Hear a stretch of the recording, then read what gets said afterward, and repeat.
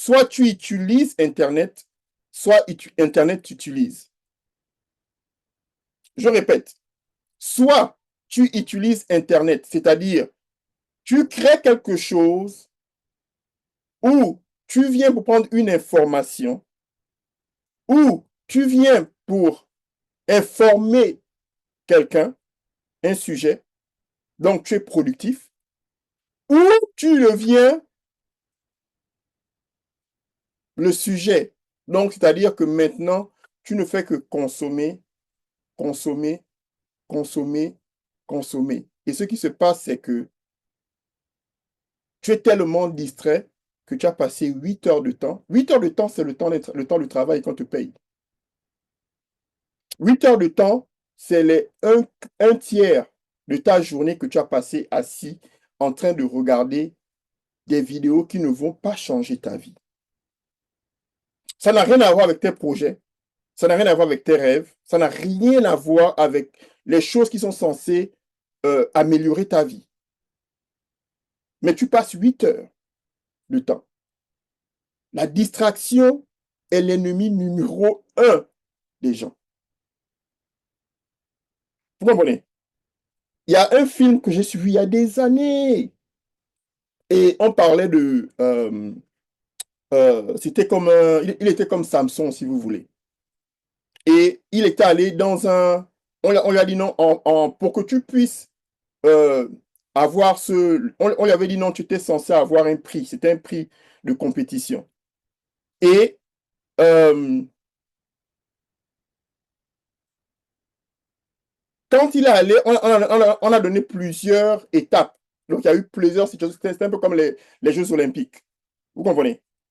Et quand il est arrivé, quand on demandait de passer les tests d'intelligence, tout allait bien. De force, tout allait bien. De force, de tous les sujets, tous les problèmes, il les passait sans problème.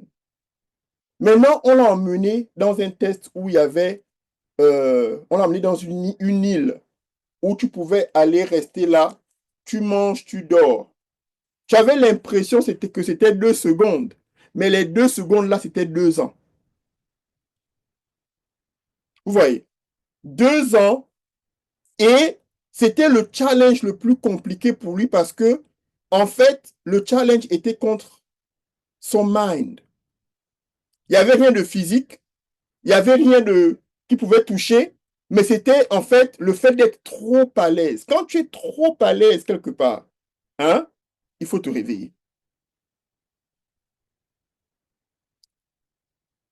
C'est soit tu produis quelque chose, soit tu deviens le produit de quelqu'un d'autre. Facebook, vous pensez que c'est gratuit, mais Facebook n'est pas gratuit parce que vous payez avec votre temps, vous payez avec votre présence. Et le temps est la chose la plus importante sur Terre. Si aujourd'hui je vous dirais, je vous dis, je te donne 1 million de dollars aujourd'hui, ok? Je te donne 1 million de dollars aujourd'hui et tu meurs demain, ou bien je ne te donne rien, mais tu as 50 ans. Je suis convaincu que tu choisiras les 50 ans de vie que de prendre les 1 million en sachant que tu iras demain. Donc, ne me dis pas que le temps n'est pas plus important que l'argent. Le temps est plus important que l'argent. Tu vois? Donc, le temps que tu es en train de prendre et de regarder quelque chose qui n'améliore pas ta vie, qui ne change pas ta vie, tu es en train de vendre ta vie pour la distraction. Tu vois? Donc, méfions-nous de la distraction. Point numéro 2, on a parlé de quoi? De l'oisivité. L'oisivité, c'est aussi un autre danger. Pourquoi? Parce que c'est une autre forme de distraction. Et il n'y a pas une histoire plus flagrante que l'histoire de David, qui devait normalement aller en guerre. Il devait aller en guerre. C'était le temps de la guerre. C'était pas le temps du repos. OK? Mais pendant ce temps, au lieu d'aller en guerre, parce qu'il avait le don, c'était un guerrier, il avait ce don-là. Il devait être actif. Il est resté à la maison à cette période-là. Et quand il allait au balcon, il allait regarder la femme qui était la femme de son soldat. Vous comprenez? Il a regardé une fois, deux fois, la tentation. La tentation vient dans l'oisiveté. Quand c'est le temps de travailler, va travailler. Quand c'est le temps de dormir, va dormir. Quand c'est le temps de faire quelque chose, fais cette chose. Ne reste pas sans rien faire. Tu comprends? Ne reste pas sans rien faire. Parce que Dieu a dit à Adam, c'est le premier commandement. Adam, Adam, va travailler. En fait, je vais vous choquer, mais c'est la vérité. Montrez-moi un passage biblique dans la Genèse où Dieu a demandé à Adam de prier. Ça n'existe pas.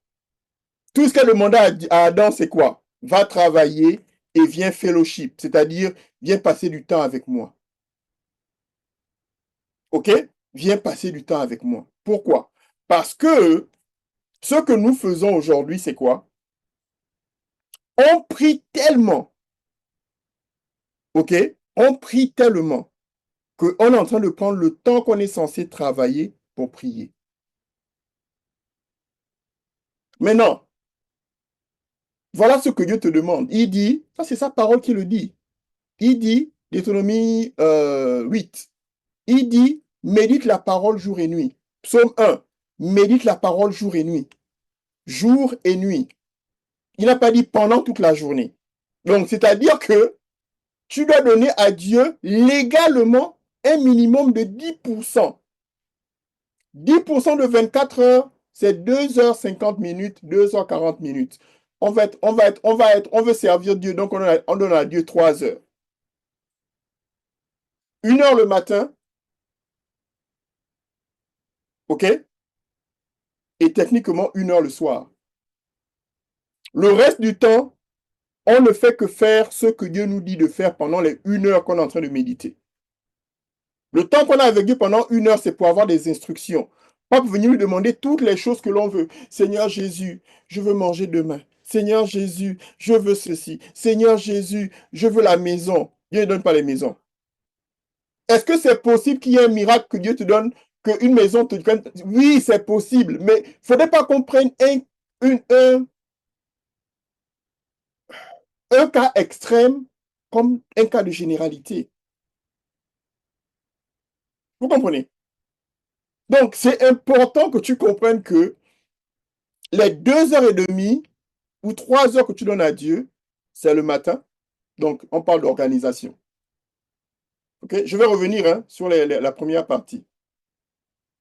L'organisation. Tu dois avoir un but. Tu comprends? Donc, c'est 2 heures, 1 heure le matin. Tu te réveilles tôt le matin, tu commences à prier, mets ta méditation, mets ta parole autour de toi, mets la louange autour de toi pour préparer ta journée. Que Dieu, Seigneur, protège-moi, veille sur moi, ne m'abandonne pas. Je mets cette journée en tes mains. Je vais au travail, je vais travailler. Présente-moi la journée. Qu'est-ce que je dois faire? OK? Comment sera le travail? Aide-moi à être productif. Le soir, tu fais un bilan de ta journée. Et tu fais aussi une préparation du lendemain. Tout ça, on en parlera dans les cours qui viennent parce que je vous montrerai exactement comment être productif dans la journée. Pourquoi? Parce que une année, c'est 365 jours. 365 jours commence avec un jour. Si tu peux être productif en un jour et multiplier ça, voilà ce qu'il dit. Il dit, sois fécond et multiplie-toi. On ne parle pas seulement de la fécondité en tant qu'enfant. On parle de fécondité en tant que productivité de ta journée, de ta vie. OK? De ta journée, de ta vie. Donc, ta vie commence avec un jour, ton anniversaire. Mais après, il y a des années, mais les années, c'est une addition de jours. Donc, si tu sais comment être productif en un jour, il dit sois fécond et multiplie. Donc, maintenant, ce que tu fais, c'est quoi? Quand tu sais comment être productif pendant un jour, tu ne fais que répéter ça pendant 6 jours et le 7e jour, tu te reposes. Donc, ne vous inquiétez pas, je vous donnerai les détails exacts comment avoir une journée productive. Pour le moment, je vous donne d'abord la compréhension du sujet pour que vous sachiez comment changer votre mentalité. Comment comprendre que, OK, je me suis endormi pendant longtemps, je suis resté dans l'oisiveté pendant longtemps, il faudrait que j'arrête. OK? Le point numéro 3, c'est quoi? On disait de quoi? Pas de vision.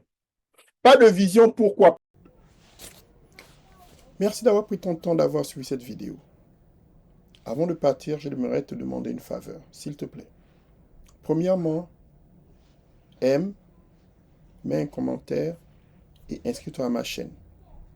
Deuxièmement, si tu as aimé la vidéo que tu as suivie et que tu as l'impression que tu tournes en rond, que tu aimerais réaliser certains de tes rêves, tu aimerais être...